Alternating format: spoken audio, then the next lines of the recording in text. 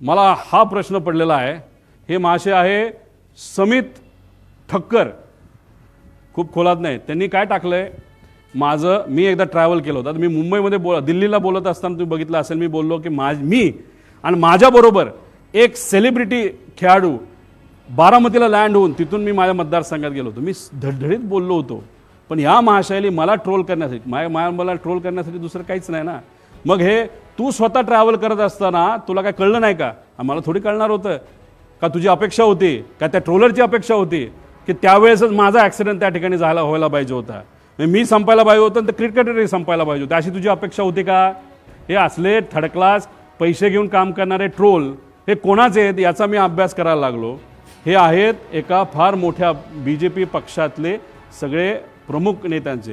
ह्याच्यामध्ये देवेंद्र फडणवीस साहेबांना या बाबतीतली माहिती नसावी असं मला तरी त्या ठिकाणी वाटतं। पण देवेंद्र फडणवीस साहेबांना मला सांगायचं आहे, लोकांना प्रश्न पडायला लागलेला आहे। मी अजितदादांच्या घातपातचा मुद्दा तिथं मांडतोय, पण मला ट्रोल हे BJPचे ट्रोलर का करायला लागलेत? आणि तो सुद्धा हा काही छोटा ट्रोलर नाही आहे, हा फार मोठा ट्रोलर आहे। आणि हा एकदा एखादी ट्विट टाकली नाही तर मेसेज टाकला की हे जे बगल बच्चे जे आहेत पैसे घेऊन काम करणारे, हे सुद्धा त्या ठिकाणी रिट्वीट करतात आणि रिट्वीट माहिती करतात। आणि अजून एक मी आत्मविश्वासाने सांगतो, आणि काही लोकांकडे ते पुरावे आहेत, ह्याच माणसाली 2 दिवस आधी 28 तारखेच्या 2 दिवस म्हणजे ॲक्सिडेंटच्या 2 का 3 दिवस आधी एक अशी ट्विट केली होती आणि ती 7.5 मिनिटांनंतर त्यांनी डिलीट केली। आणि त्या ट्विटमध्ये दिलं होतं पुढच्या 2 दिवसामध्ये एक अशी घटना घडणार आहे, त्याच्यामध्ये महाराष्ट्राच्या राजकारणामध्ये खूप मोठा भूकंप येऊ शकतो, असं काहीतरी त्या महाशयाने लिहिलं होतं। ह्याच्याबद्दलचे पुरावे आमच्याकडे आहेत, आम्ही ते घेतोय। पण हा कोण आहे हा? आणि हे जे आहेत ना सगळे हे ट्रोल करणारे, हे सगळे कोण आहे? कुठलं आहे? अहिल्यानगर, हे सगळे BJPचे ट्रोलर्स आहेत सगळे। त्यांचे ते पेजेस काढतात, पैसे देऊन काम करणारे लोक आहेत सगळे। आता हिथं तर मी काय बोललो आणि देवेंद्र फडणवीस साहेब काय बोलले? साहेब, देवेंद्र फडणवीस साहेब, याच्यामुळे आता लोकांना वेगळी शंका त्याच्यामध्ये यायला लागली। रोहित पवार भावनेच्या भरामध्ये मुद्दे मांडतोय, टेक्निकल मुद्दे, अराजकीय बोलतोय, पण भाजप मला ट्रोल करते। मग ट्रोल करायचं कारण काय, असा प्रश्न आता लोकांना त्याच्यामध्ये पडायला लागलेला आहे। त्यामुळे तुम्ही तुमच्या होम मिनिस्ट्रीचा वापर करून, आता या ठक्करला तर आम्ही काही सोडणार नाही, समित का कोण आहे त्याची माहिती आम्ही काढल्याशिवाय राहणार नाही। पण असे जे ट्रोल आहेत हे आज मला ट्रोल का करतायत, एक परसेप्शन करण्याचा प्रयत्न करतायत की मला वेड लागलंय।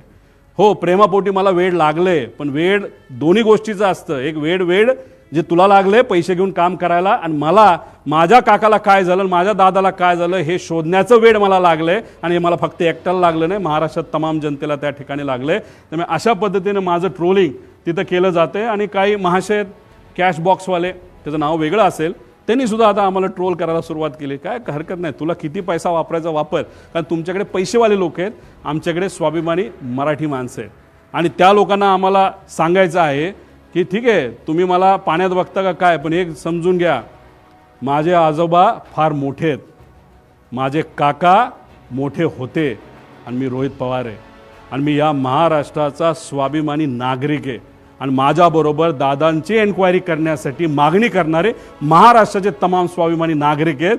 हे असे चिरकुट पैसे घेऊन काम करणारे ट्रोल या ठक्कर का कोण आहे त्यासारखे नाहीत। त्यामुळे हे लोक मला ट्रोल करतात, याच्यावरून लोकांना आता वेगळ्या शंका यायला लागलेल्या आहेत। म्हणजे आता बघा, मी इथं मरमरून मीडियाच्या चांगल्या पत्रकारांचा उपयोग करतो, काय अधिकारी काय माझी आहे, आणि माझा वेगळा सोर्स आहे, अमेरिकेत इकडं तिकडं सगळी माहिती आम्ही काढतोय। मला माहिती मिळायला केवढी अडचण आहे बघा। पण आता मी ज्या विमानाने ट्रॅव्हल केलं, ज्या सेलिब्रिटीबरोबर मी ट्रॅव्हल केलं, त्या विमानात ट्रॅव्हल करताना जी इन्फॉर्मेशन, जे आमचे डॉक्युमेंटेशन प्रूफ हे एअरपोर्ट अथॉरिटीला आम्ही देत असतो विश्वासाने की हां आमचे प्रूफ आहे, हो आम्हीच ते आहोत, हे आम्ही विश्वासाने तिथं देत असतो, ती सगळी माहिती या ट्रोलरला दिली जाते। एअरपोर्ट अथॉरिटीचं असं कोण आहे का एअरपोर्ट अथॉरिटीचे लोक ट्रोलरला माझ्याबद्दलची माहिती देण्यासाठी तिथं करतात? सगळी माहिती, फक्त माझी नाही, त्या सेलिब्रिटी क्रिकेटरची सुद्धा माहिती दिली। अरे लाजबीज वाटते का नाही? मग आम्ही कष्ट करून माहिती काढतो आणि या ट्रोलरला फुकटात माहिती तिथं जर मिळत असेल तर याच्या मागे वेगळी अजून शक्ती आहे का, असा सुद्धा प्रश्न इथं निर्माण झाल्याशिवाय राहत नाही। आणि मग हे एअरपोर्ट अथॉरिटी असू शकतं, VSL असू शकतं, काय म्हणजे आम्ही इथं वेगळी इन्फॉर्मेशन मागतो आणि आमच्या ट्रोलरला कुणीतरी ऑथेंटिक आणि सिक्रेट इन्फॉर्मेशन हे ट्रोलरला, ते सुद्धा भाजपच्या ट्रोलरला दिली जाते। याच्यावरून शंका 100% आता आमच्या मनामध्ये त्या ठिकाणी निर्माण व्हायला लागली।